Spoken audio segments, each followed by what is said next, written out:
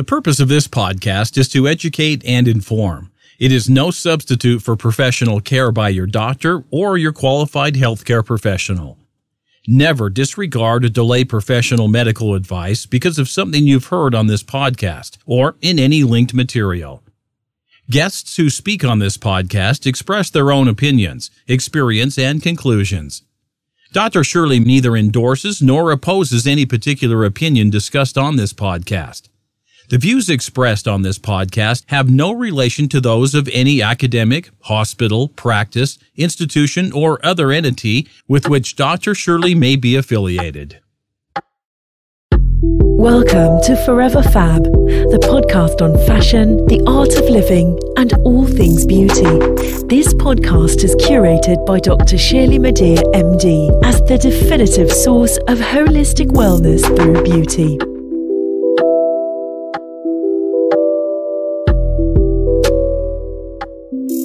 The Forever Fab podcast values truth and authenticity. We encourage our guests to show up exactly as they are, as the best version of themselves. Please note, this podcast episode contains adult language. Thank you and enjoy. Welcome to the Forever Fab podcast, the podcast dedicated to fashion, the art of living well, and all things beauty. I'm your host, Dr. Shirley Madej, the founder of Holistic Plastic Surgery, and I am your purveyor of this definitive source of living a beautiful life. This week's episode is dedicated to our inner goddess, and our topic is On Fertile Ground, Harnessing Feminine Power for Health and Happiness.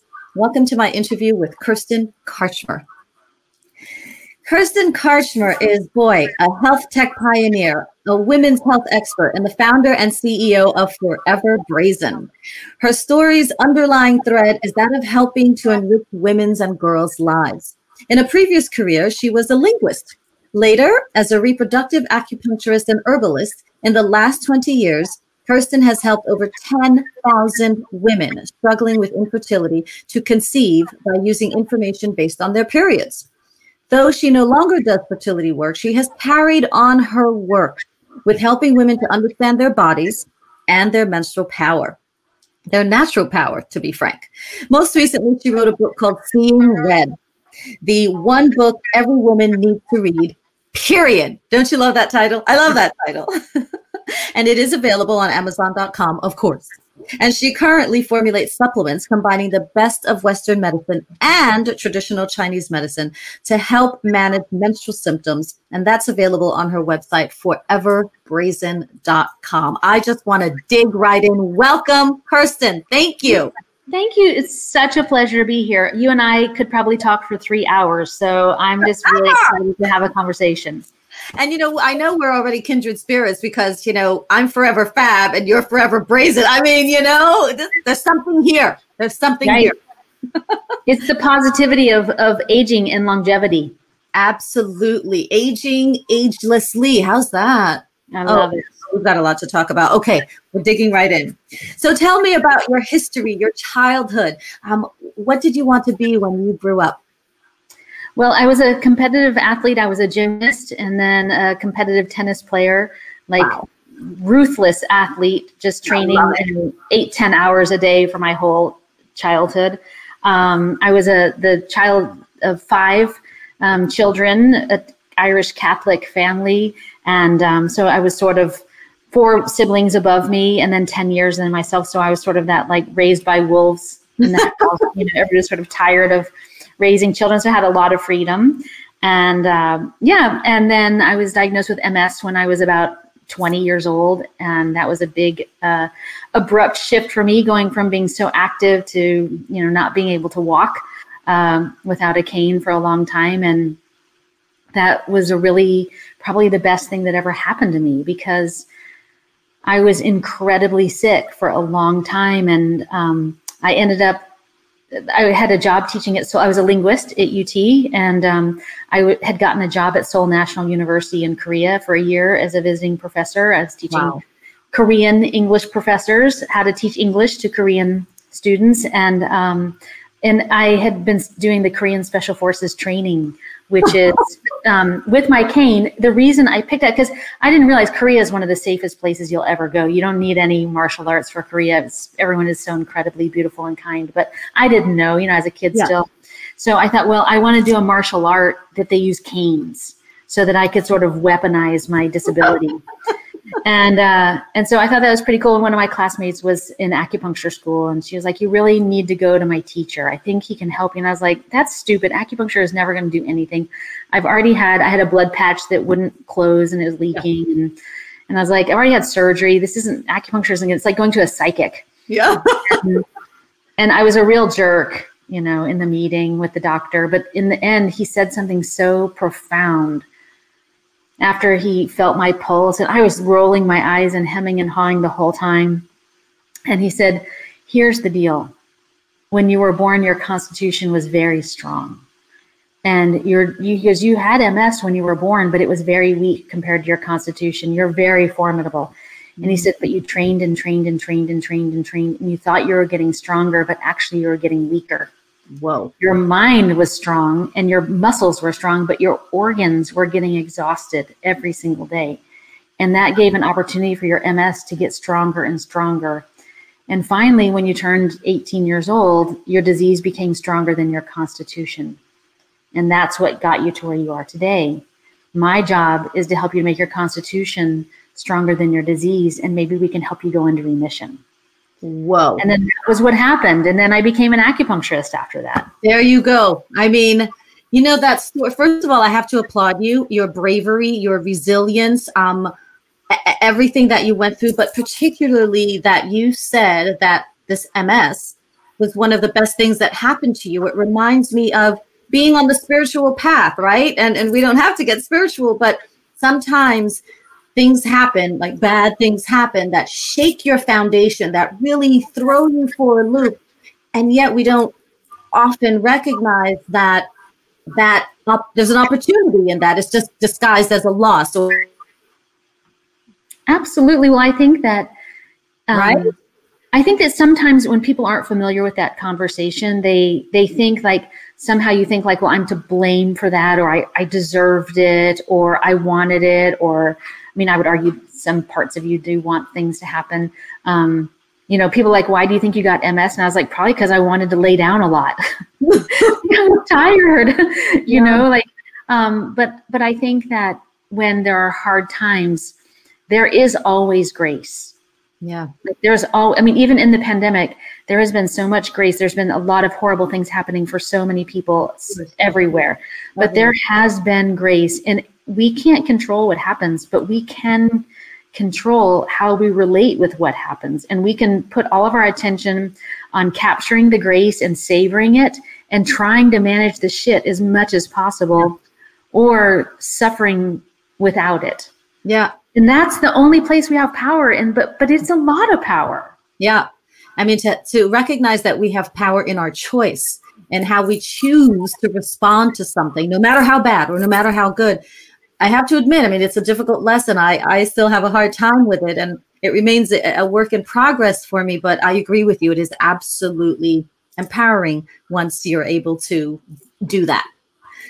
Wow. And speaking of learning, and speaking of growing and evolving through experiences, life experiences, what would you say have been or are the most valuable lessons you learned, either about yourself or about women in general, when you worked as a reproductive acupuncturist with infertility? I imagine working, with patients in that field, there's so much anxiety and desperation and desire.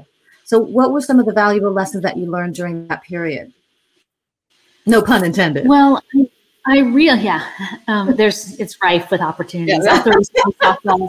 That's a great question, actually. I'm a voracious learner, and I think that every day you just learn so much. But some of the things that I realized was that most of the people that I worked with in my career thought they were healthy. Mm. So they say, I don't know why the doctor says I have unexplained infertility. I'm really healthy. I'm a vegan. I do CrossFit twice a day. I eat mostly salads and smoothies, and I'm super healthy. I'm like, but how's your period? And they're like, it's a complete shitstorm. I'm like, well, then you're not healthy. Right. And so sort of what the takeaway for me was that it's really important. Like my job is to help women and people with periods to understand that your menstrual cycle is a barometer of your health. Yeah. It's actually an instrument of unfair advantage because every single month your period will tell you how much it likes or dislikes the way that you're caring for it.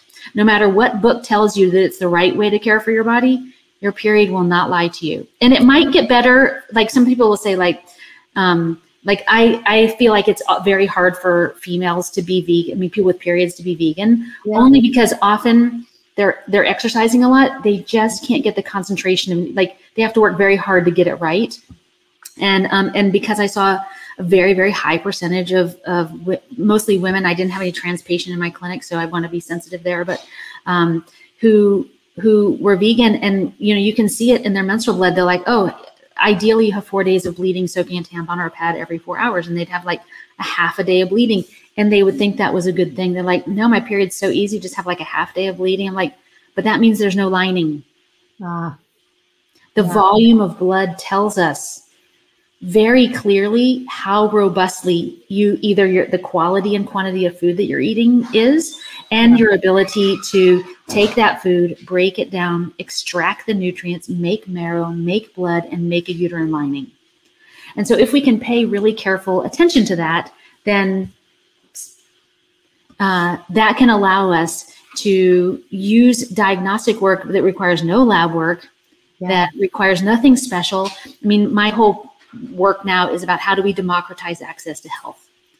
And so we can use a lot of testing to understand some things, but actually Chinese medicine came from more than, 2000, maybe as much as 5,000 years ago, where there were no labs, no tests, all user collected data and observational data, and is actually really good at it. Yeah. So, sorry, my son popped in. No worries. All good. Pandemic podcasting. I was like, get out of here. I love it. So that's what I learned, that I think that most people with periods relate with it as a curse.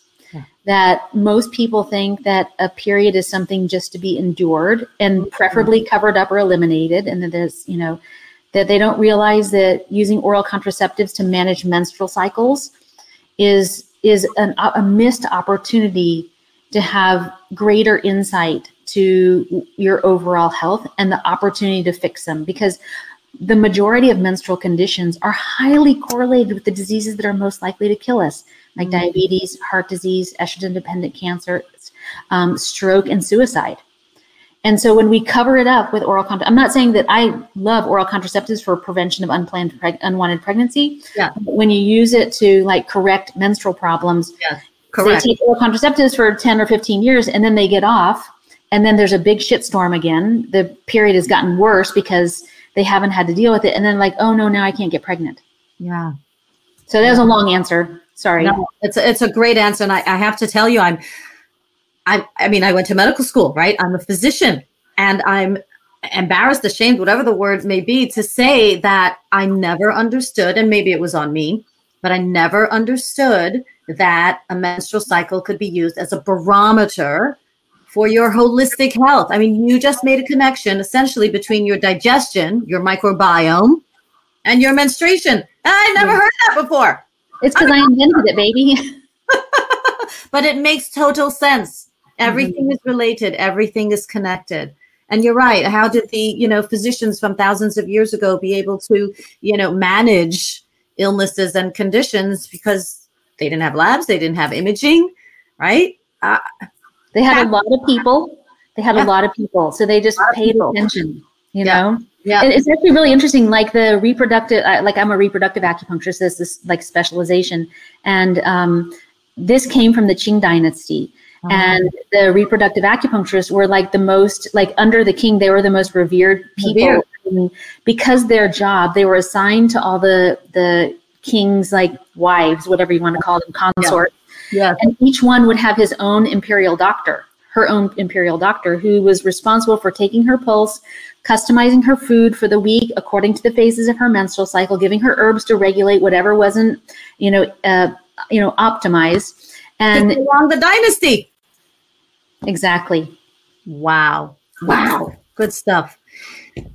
Let's get back to Forever Fabness. So what for you, how did you choose the word brazen, and what exactly does it mean for you, and why you applied this to your brand?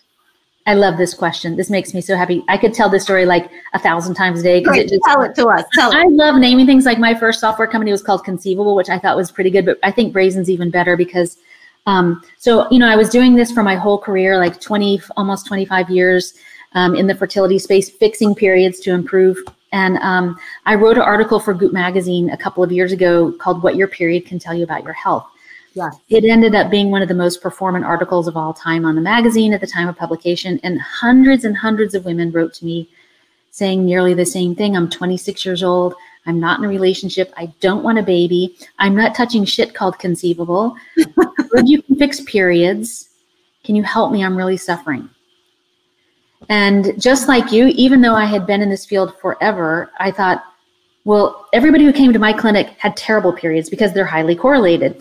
And so it never occurred to me like, well, what's the incidence of, you know, significant menstrual disruption?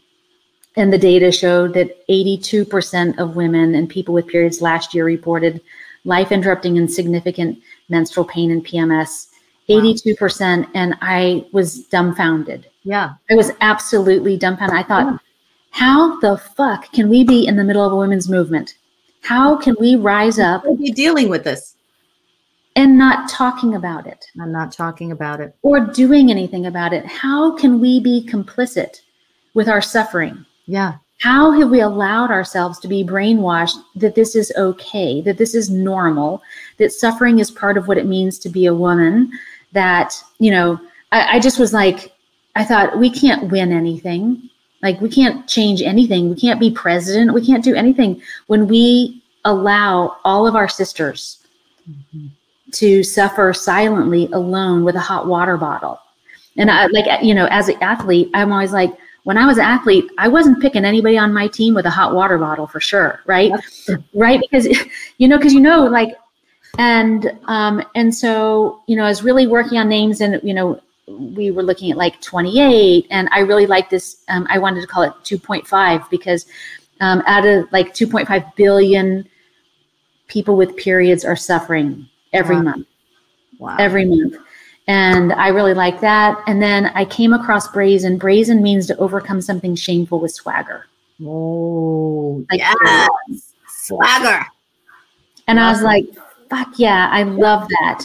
Right? Because I don't want to make a software company that just is a tracker, or I want one that like actually changes the way that we access our power. Yeah. Not in an esoteric or philosophical way, but literally, like if this is what women and people with periods can do completely compromised, what happens when you unleash those people on society at full throttle? I want to see that. Yeah. It's like data-backed empowerment. Yes. So is this concept, is this feeling, this sentiment, what you meant when you said, if I may quote you directly, that the history of the menstrual cycle is holding women back from having access to power? Is that what you mean? That even while suffering, we've been able to accomplish great things? Imagine, right? Is that what you meant? Well, actually, there's a little bit of history that I think is really relevant to understanding the point of it. The history is that, you know, as a linguist in my first career, and I was a cultural linguist, so I was really studying the relationship between culture and language and how it affected behavior. And so as a linguist, I was like, well, how did we get here? I'm going to go back and I'm going to read everything ever written about menstruation and people with periods since the beginning of time and trace it to see, like, how do we get here? And so, unfortunately, for the first 1,500 years of written language, there was not one mention. Oh. Not one mention for 1,500 years. And then the first mention was in the book of Leviticus, in which it said, that thing is so vile, it's as vile as a menstruating woman or the devil. Ooh. Oh, that's the first thing ever written about us. And then, so there's the church saying you're filthy. Right. And then very shortly after, Aristotle, greatest thinker of all time, greatest thinker at the time of like philosophies on women's health, said women are the inferior species because they menstruate, they're feeble, They only contribute the serum in which the seed, which is the sperm, can grow. The seed contains the spirit and the intellect. I'm so going to stop quoting Aristotle. No, me too. I was like, well, fuck you, Aristotle, because you must have never met a woman before. Right, clearly. And I thought, I don't know if you've ever been in therapy before. I love going to therapy. I think it's so fun because I want to be free. Yeah. Right. That's why therapy is fun, because you uncover some gnarly piece of crap you've been holding on to and you massage it and work it out. And they're like, I'm free. Yeah. I want to get free more. Yeah. And so I thought, so, you know, if you're ever in like a therapeutic situation, like mental therapy, and, you know, you're like, I don't know, I just feel so crazy. I'm so depressed, whatever. And the therapist is like, well, this is not my situation. I'm just making this up. It's like, well, let's see. Your dad left when you were 8 years old. And then you got a new stepdad who was abusing you. And then your mom became an alcoholic. And then, you know, blah, blah, blah. And then you're like, oh. And all of a sudden, you have all this compassion for yourself. Because you're like, of course, that's why I'm doing the things that I'm doing. Of course, I've made so many bad choices. I it's like had so many strikes against me. And when I read those two things, I thought, of course, that's why we hate ourselves so much. We've been taught. We've been taught that we're feeble and worthless and filthy since the beginning of time. And I characterize it as a kind of like generational genetic conditioning. Societal. Yeah. And of course, like we're always like, if I was just a little more or less fill in the blank, I'd be okay. And that got me really excited because then I was like, okay, I want to change that conversation. Yeah. Yes. Change that narrative. You've just listened to part 1 of Forever Fab podcast. Please stay tuned for part 2, coming up next.